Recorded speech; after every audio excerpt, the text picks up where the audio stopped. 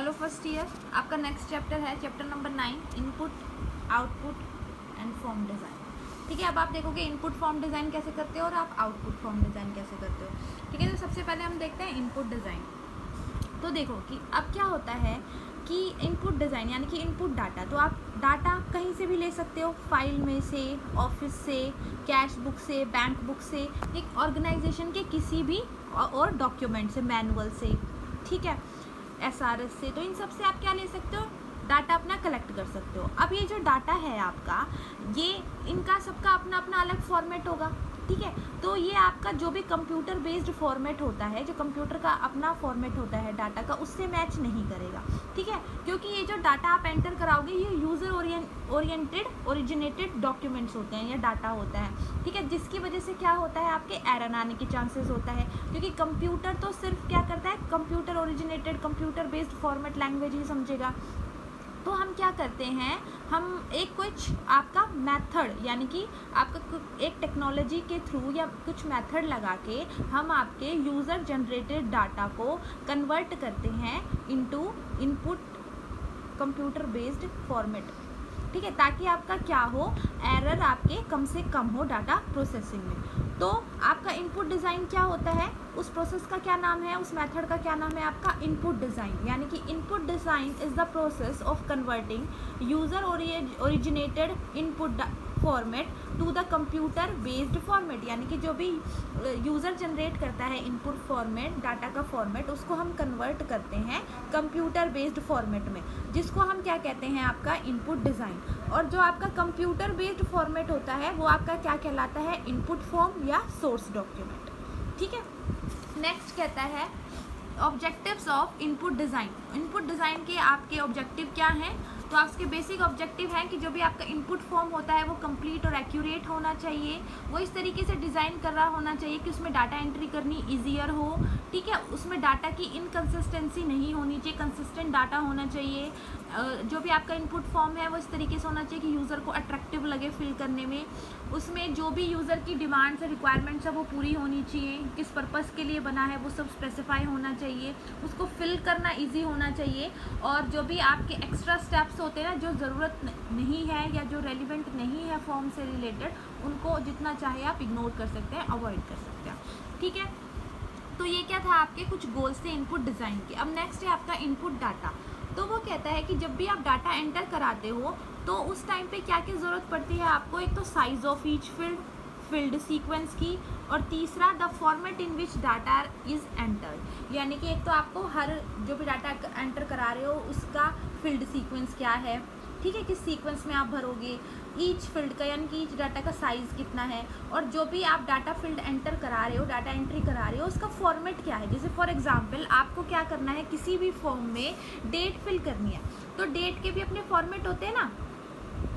कैसे, जैसे कि सबसे पहले मंथ स्पेसिफाई कर दिया, फिर डे, और फिर आपका ईयर। या तो ऐसे होता है, या फिर आज की डेट, फिर मंथ, या फिर ईयर। ठीक है, तो जैसे मंथ आपका 6 है, डेट आज की 25 है, ईयर आपका 2020 है, 21 है, जो भी है। ठीक है, तो इस हिसाब से तो वो फॉर्मेट होना चाहिए डाटा एंट्री कराने का। ठीक है, तो ये क्या होता है, आप इस तरीके से आप अपना सोर्स डॉक्यूमेंट यानी कि अपना इनपुट फॉर्म प्रिपेयर करते हो, इन सारे पॉइंट्स को ध्यान में रखते हो, ईच स्टेप को कंसीडर करते हो। नेक्स्ट है आपका सोर्स डॉक्यूमेंट। वो कहता है source data are captured initially on original paper or a source document. यानी कि जो आपकी जो डाटा है वो स्टार्टिंग में आप पेपर पे कलेक्ट करते हो या फिर आप अपने सोर्स डॉक्यूमेंट में कलेक्ट करते हो। For example A check return against an account is a source document, कि आपने कोई भी चेक लिखा है, चेक भरा है किसी अकाउंट का, तो वो क्या एक सोर्स डॉक्यूमेंट है। When it reaches the bank it encoded with MICR so that it can be processed. आपने पढ़ा था फर्स्ट सेमेस्टर में कि जो भी बैंक के चेक होते हैं वो MICR इनपुट डिवाइस होता है, मैग्नेटिक इंक करेक्टर रीडर, इसकी हेल्प से हम क्या करते हैं, डिकोड करते हैं, प्रोसेसिंग करते हैं। ठीक है, therefore source document initiate a processing cycle as soon as they entered into the system, कि जैसे ही वो चेक, जैसे ही वो सोर्स डॉक्यूमेंट सिस्टम के अंदर एंटर करता है, उसकी प्रोसेसिंग साइकिल यानी जो भी उसके प्रोसेसिंग मेथड हैं वो स्टार्ट हो जाते हैं। ठीक है, आप वो कहते हैं कि जो भी आपके सोर्स डॉक्यूमेंट है वो आप डिफरेंट तरीके से सिस्टम में एंटर करा सकते हो, यानी कि OMR से करवा सकते हो, पंच कार्ड से करा सकते हो, OCR के थ्रू इनपुट करा सकते हो, या कीबोर्ड के थ्रू करा सकते हो। ठीक है, ईच सोर्स डॉक्यूमेंट में be evaluated in the terms of, जो भी आपका सोर्स डॉक्यूमेंट है, जो भी आपका इनपुट डिज़ाइन है, उसको हम किस तरीके से इवेल्युएट करते हैं। सबसे पहला है आपका is continued use in the propose system, कि प्रपोज सिस्टम में उसका लगातार यूज़ हो रहा है। The extent of modification for the propose system, की जो भी आपका ये सोर्स डिज़ाइन है इससे आपका जो प्रपोज सिस्टम है उसमें कोई मॉडिफिकेशन होगी या नहीं।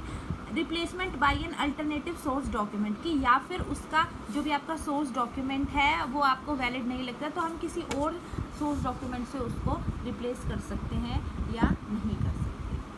ठीक है, नेक्स्ट है आपका source document should be logically and easy to understand, कि आपका जो सोर्स डॉक्यूमेंट है वो आपका लॉजिकल होना चाहिए, रेलिवेंट होना चाहिए और इजी होना चाहिए समझने के लिए। उसमें जितने भी फील्ड हैं, जितने भी एरिया हैं वो क्लियरली डिफाइन होने चाहिए, और यूज़र क्या चाहता है, उसे क्या लिखना है और कहाँ लिखना है उसके लिए प्रॉपर स्पेस होना चाहिए, वो भी स्पेसिफाई करना चाहिए आपको। फॉर एग्जाम्पल, अगर आप किसी स्टूडेंट को अपनी डेट ऑफ बर्थ एंटर करनी है, ठीक है, तो वो इन 4 तरीक़ों से करवा सकता है, जैसे कि 10 मार्च 1990, मार्च 10, 1990, या वो पहले अपनी क्या दे सकता है 31, 10, 90, ठीक है, या फिर 10, 3, 90, ठीक है, ये 31 ये 3 है, यानी कि 10 तारीख को और तीसरा महीना मार्च में 90, तो इस तरीके से वो डिफरेंट वे से अपनी डेट ऑफ बर्थ एंटर करा सकता है।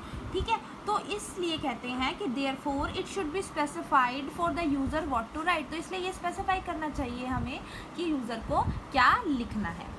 ठीक है, अगर कई बार क्या होता है सोर्स ऑफ डॉक्यूमेंट में आपके लिस्ट ऑफ ऑप्शंस भी होते हैं जिसमें यूज़र को क्या करना होता है, चूज़ करना होता है, तो अप्रोप्रिएट बॉक्स होना चाहिए उसके आगे ताकि पर्सन क्या लगा सके, चेक कर सके, यानी कि चेक का साइन लगा सके। जैसे क्वालिफिकेशन क्या है, चेक 1, यानी कि आपकी फ़िलहाल सबसे हाईएस्ट क्वालिफिकेशन क्या है, जैसे कि आप ग्रेजुएशन कर रहे हो तो ग्रेजुएट, ठीक है, आपने उसको ऐसे राइट लगा दिया। ठीक है, तो आप लिस्ट ऑफ ऑप्शंस में से भी चूज़ कर सकता है।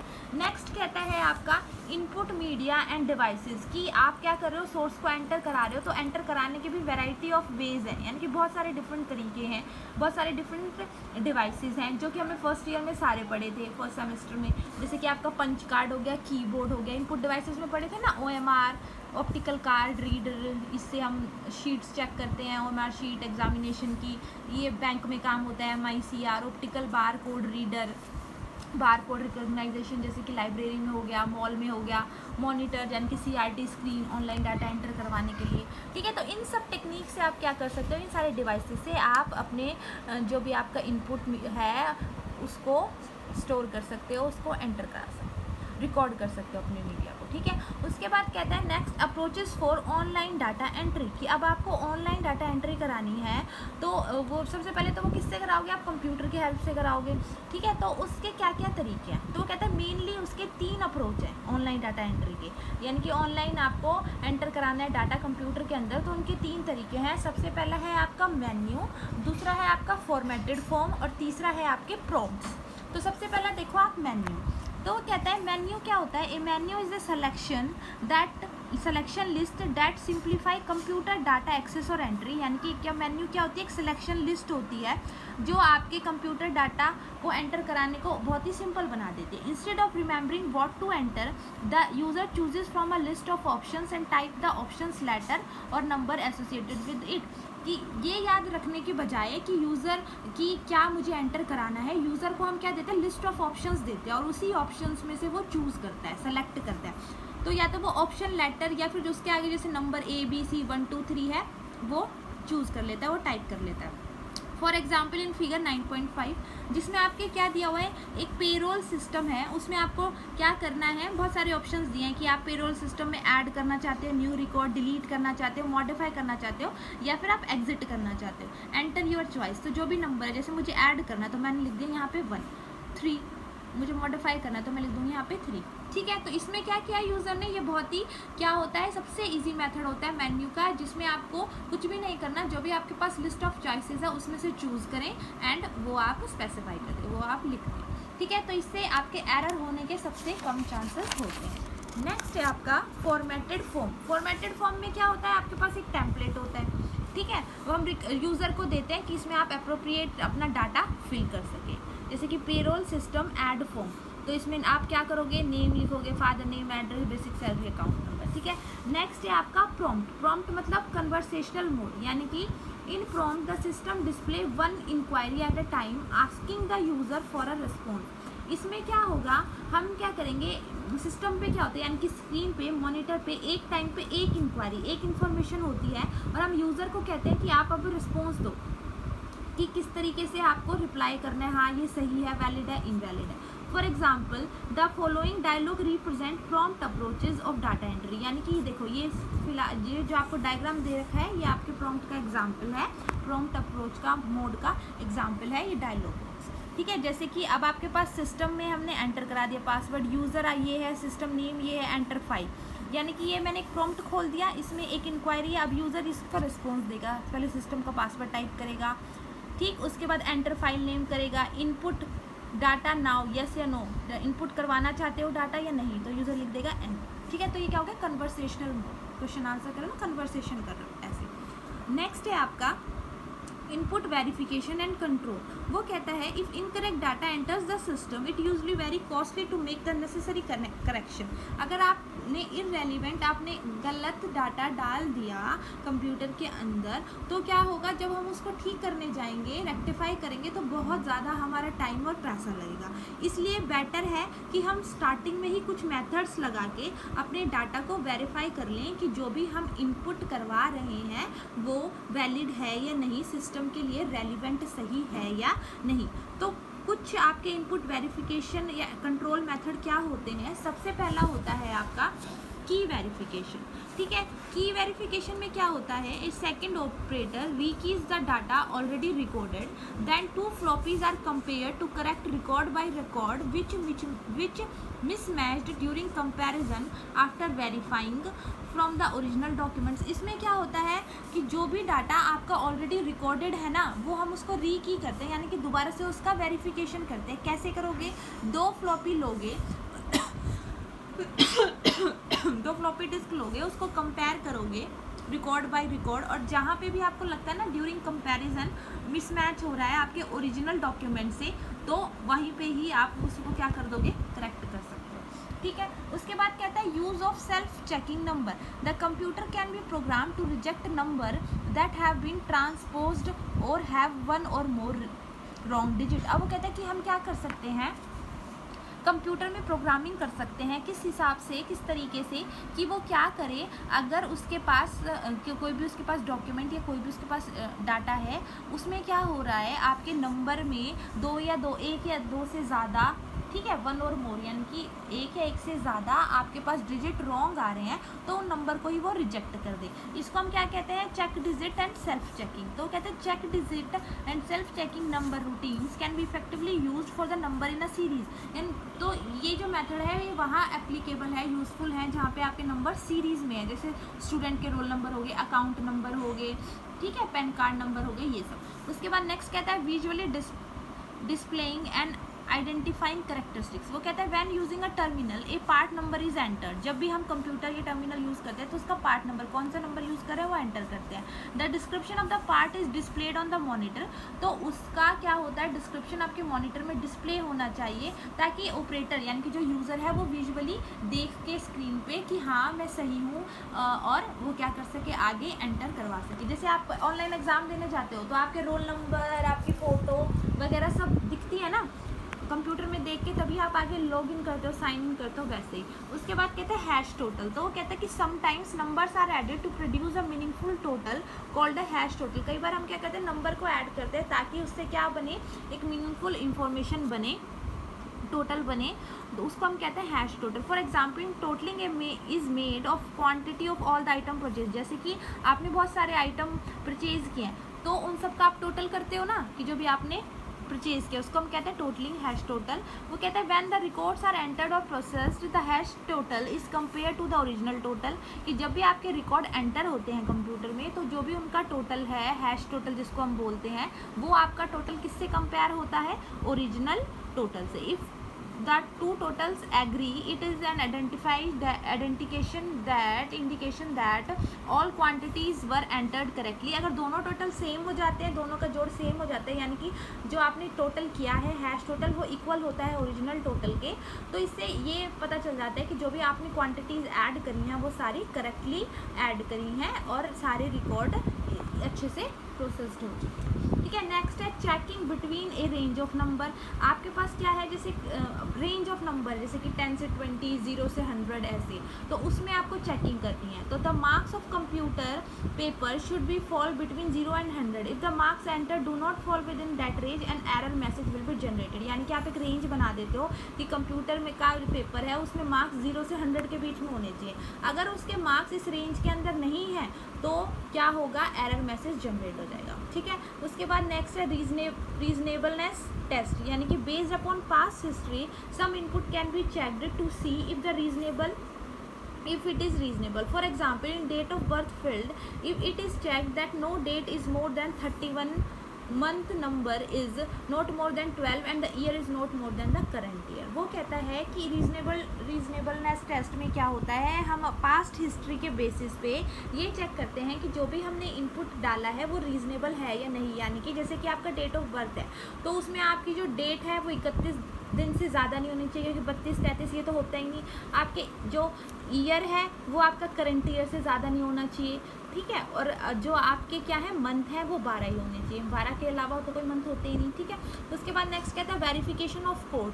तो हमें क्या होता है, कई बार कोड की भी वेरिफिकेशन करनी होती है, जैसे कि the basic pay and other benefits are calculated for employees based upon their payroll status. जैसे कि अगर हम एक पेरोल सिस्टम का एग्जांपल लें तो उनकी जो बेसिक पे है और जो उनके और बेनिफिट्स जो पीक्स उन्हें मिलते हैं मंथली बेसिस पे या क्वार्टरली ईयरली जैसे भी, तो वो हम हर एम्प्लॉय की कैलकुलेट करते हैं अब बेस्ड अपॉन देयर परफॉर्मेंस उनके स्टेटस के बेस पे। ठीक है, assuming that the valid status code must be either an H hourly, S salaried या फिर टी से ट्रेनी और पी से पार्ट टाइम, कि उनका जो स्टेटस कोड है वो हमने ऐसे मेंशन कर दिया HSTP।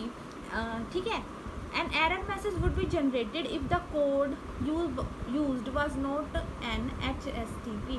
यानी कि ये हमारी वेरीफाइड कोड है HSTP। इसके अलावा अगर कोई और कोड आ गया XYZ या ABC तो वो क्या हो जाएगा, एरर मैसेज डिस्प्ले हो जाएगा। ठीक है, नेक्स्ट आपका इनपुट वेरिफिकेशन मेथड है वेरिफिकेशन ऑफ क्या, डाटा टाइप। तो वो कहता है कि some input fields should contain only numeric data. कुछ में न्यूमेरिक डाटा होता है और कुछ में आपके अल्फ़ाबेटिक, यानी कुछ में डिजिट होता है 0, 1, 2 अल्फ़ाबेटिक और कुछ में आपके अल्फ़ाबेटिक होते हैं जैसे कि ABC। तो कहता है ये जो फील्ड्स हैं, यानी कि the fields can be edited to make certain that only the right type of data is recorded in each field। तो अब वो कहता है कि इसलिए फील्ड को हमें एडिट करना पड़ता है कई बार, क्योंकि हमें क्या करना है, कोई आपने कुछ भी डाटा एंटर करा है, कुछ उसमें नंबर है कुछ उसमें अल्फ़ाबेट है, तो वो रॉन्ग डाटा है ना। तो कई बार हमें हर रिकॉर्ड के लिए जो भी डाटा है, टाइप ऑफ डाटा है, उसको सही करने के लिए हमें फील्ड्स में एडिटिंग करनी पड़ती है। ठीक है, तो डाटा टाइप में भी आप थोड़ा सा एडिटिंग करते हो। ठीक है, नेक्स्ट है सीक्वेंस चेक। वो कहता है if the number in the source document are serial and the document are in order the input recorded should be in numerical sequence. यानी कि आपका जो सोर्स डॉक्यूमेंट है उनके जो नंबर है वो सीरियल में है, यानी कि पहले फर्स्ट, फिर दूसरा सोर्स डॉक्यूमेंट, फिर तीसरा, fourth, fifth and so on. ठीक है, और उन पे जो नंबरिंग चल रही है और जो डॉक्यूमेंट का ऑर्डर है वो सारे क्या है, सीरीज़ में है। ठीक है, तो इसलिए जो भी उनका इनपुट रिकॉर्ड होगा वो भी आपके न्यूमेरिकल सीक्वेंस में होना चाहिए, 1, 2, 3 में होना चाहिए। तो कहता है check can be made by the program to determine whether the record are in either ascending order or descending order. तो कहते हैं इसलिए हमें कुछ चेक का कुछ मेथड वेरीफाई करना चाहिए कि जो भी आपके रिकॉर्ड्स हैं वो असेंडिंग ऑर्डर में है या डिसेंडिंग ऑर्डर में। ठीक है, तो ये आपके थे कुछ input verification and control. Next है आपका how to design input form, कि आपको इनपुट फॉर्म बनाना है तो आप वो किस तरीके से बनाओगे। तो कुछ स्टेप्स हैं आपके, 6 स्टेप हैं आपके इनपुट डिज़ाइन फॉर्म के। वो क्या है, सबसे पहला है detail study of user originated documents, की जो यूज़र ने डॉक्यूमेंट बनाया है उसकी पहले आप स्टडी करें कि क्या क्या है।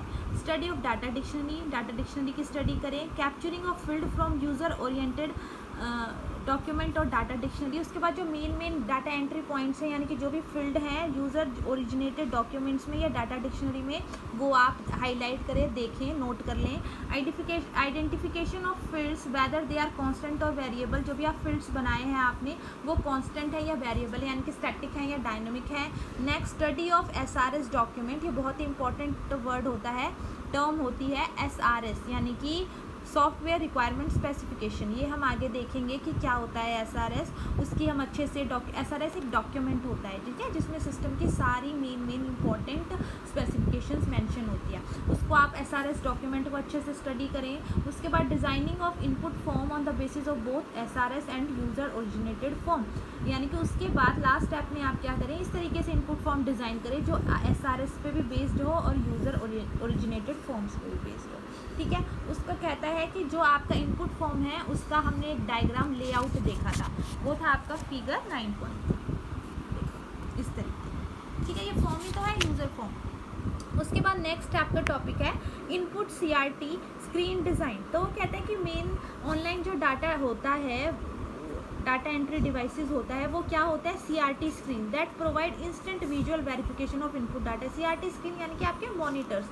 जो आपको एकदम से क्या दिखाते हैं, स्क्रीन के ऊपर विजुअल, यानी कि जिन्हें आप देख सकें, विजुअल वेरिफिकेशन मेथड देते हैं आपको इनपुट डाटा का, ठीक है। उसके बाद the operator can make any changes desired before the data go to the processing, यानी कि जैसे कि आपका ये स्क्रीन पे आ गया, उसके बाद आपको डाटा एंट्री का पूरा दे दिया, विजुअल स्क्रीन प्रोवाइड कर दी। अब यूज़र क्या करता है, उसको फाइनल चेक कर सकता है प्रोसेसिंग में जाने से पहले, यानी कि अब ये डाटा प्रोसेसिंग में जाएगा तो लास्ट बार यूज़र देख के इसको विजुअल करके क्या कर सकता है, चेक कर सकता है कि ये डाटा एंटर है या नहीं before going to the processing, ठीक है। उसके बाद जैसे कि ये आपका डाटा स्क्रीन है, सीरियल नंबर ये है, part code, part name, price, ये सब। प्रेस F1 फॉर हेल्प, अगर आपको समझ नहीं आ रहा तो F1 प्रेस करें, ओके कर दें कि हाँ सही है, आगे फॉरवर्ड करो, मूव करो, या तो इसे कैंसिल कर दें, या प्रेस एस्केप टू एग्जिट। आप नहीं देखना चाहते तो एस्केप की बोर्ड से एस्केप की प्रेस कर दें, ठीक है। तो ये